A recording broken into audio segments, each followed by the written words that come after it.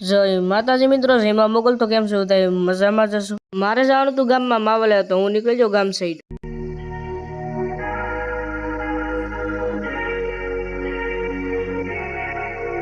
હું પૂગી ગયો દુકાને અને માવા લઈને હું નીકળી ગયો ઘર સાઈડ.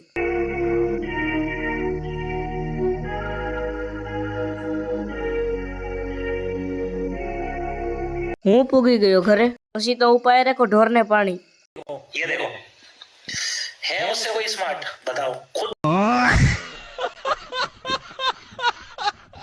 વાગી ગયા હતા 3 તો મારે જવાનું હતું મારી બીજી વાડી દાડિયાને સાથ દેવા. પછી તો હું નીકળી ગયો મારી વાડી સાઈડ.